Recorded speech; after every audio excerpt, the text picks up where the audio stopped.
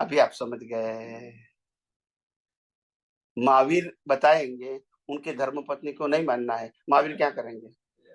बोलते नहीं है, कंपल्सरी ले जाएंगे। आप समझो, दादा भगवान ने सबको बताया, लोग नहीं मानेंगे तो वो क्या करेंगे? ऊपर से नीचे आएंगे, तुम नहीं मानो तो नहीं मानो, तुम्हारी मर्जी।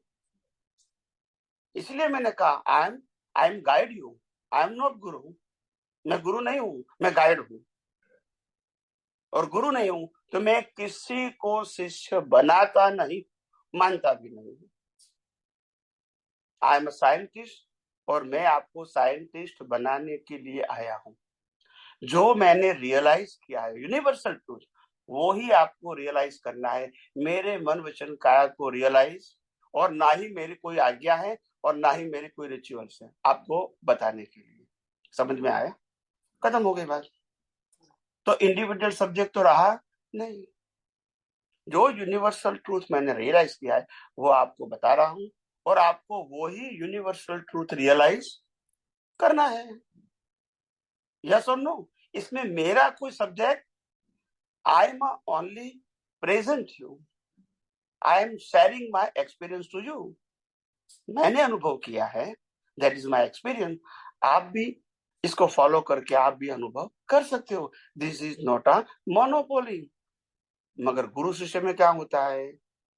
गुरु शिष्य में, गुरु और शिष्य का संबंध में कभी शिष्य को ज्ञान होता है तो भी कोई उसको गुरु मानते नहीं है। मैंने बहुत साल पहले, 15-20 साल पहले बड़ौदा में एक बार सत्संग किया था। कोई प्रोग्राम था, अभी नहीं मालूम, केलनपुर में। तो मैंने उस समय कहा था कि हमारे महात्मा की सोच कैसी है कि ये विज्ञान अनुभव करने के लिए है। किसके लिए है? मगर कोई कहेगा अनुभव किया तो मानना, बोलते नहीं है। नहीं समझ में आया ना? मैं प्रोफेसर हूं, आपको पढ़ा रहा हूं ताकि आपको डिग्री मिले, मगर डिग्री मिले वो मानने का बोलते नहीं है। तो देखो यही है ना, विज्ञान अनुभव करने के लिए है, मगर तुमको अनुभव हो गया तो हम नहीं मानेंगे। समझ में आया? क्योंकि माइंड सेट क्या है? माइंड सेट समझ में आता है? तो यही परिस्थिति है। ज्ञानी पुरुष की परिस्थिति भी यही थी हर समय। श्रीमद राजचंद्र की परिस्थिति भी यही थी।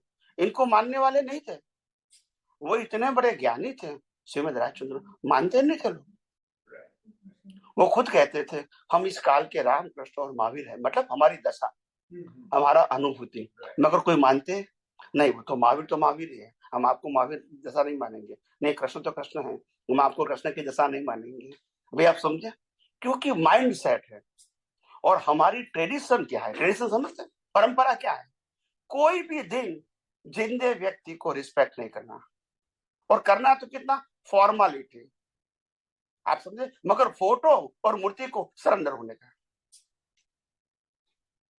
ये हमारी ट्रेडिशन है। समझ में आया? ट्रेडिशन समझते हैं ना? साष्टांग करेंगे मूर्ति को, फोटो को साष्टांग करेंगे, जिंदे को नहीं करने का। मगर प्राप्त प्राप्त किसके पास करने का? जिंदे के पास। तो कितना कॉन्ट्राडिक्ट है। कोई मार्गदर्शन लेना है तो किसके पास जाओगे? फोटो के पास, तो जिंदे के पास। मगर आपने गाइडेंस दिया, हम मानेंगे नहीं। आप समझे? तो ये हमारा माइंड सेट हो गया है। और इसीलिए परंपरा से इस कलयुग है या सतयुग है, कलयुग में ज्यादा होता है, सतयुग में कम होता है। तो ये परंपरा होती है, और परंपरा के कारण व्यक्ति वर्तमान का लाभ ले सकता नहीं है। और दादा भगवान ने खुद कहा है, तुम जिस दृष्टि से मेरे को देखेंगे उस दृष्टि का आपको लाभ मिलेगा। तुम कहो अम्मालाल काका है तो ऐसा लाभ मिलेगा, आप समझे कि नहीं? वो तो जो है वो, मगर आपकी दृष्टि के मुताबिक आपको बेनिफिट मिलेगा। मैं कोई देने वाला नहीं हूँ, आप समझे ना? तो अगर भगवान महावीर को मैं वितराग दिखता हूँ तो ये मेरी दृष्टि का प्रश्न है। मगर मैं कहता हूँ कि भगवान महावीर वो तो जैनों का है, हमारे से कुछ लेना देना नहीं है, तो आपको कोई लाभ नहीं मिलेगा। भले भगवान महावीर के सामने आपको कोई बेनिफिट। तो इम्पोर्टेंट क्या है? आपकी दृष्टि। और आपको मालूम होगा शायद, बिना नयन पावे नहीं, बिना नयन की बात सुना है? आनंदगंज जी महाराज का है, आनंदगंज जी 24 ही है, उसमें ये आता है, बिना नयन पाए नहीं, बिना नयन की बात। वो नयन का मतलब दृष्टि, बिना नयन पाए नहीं, बिना नयन की बात, ये आंखों की बात नहीं है। बिना दृष्टि आपको समझ में नहीं आता कि वितराग मार्ग क्या है।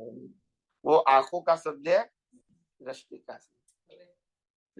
बोलो।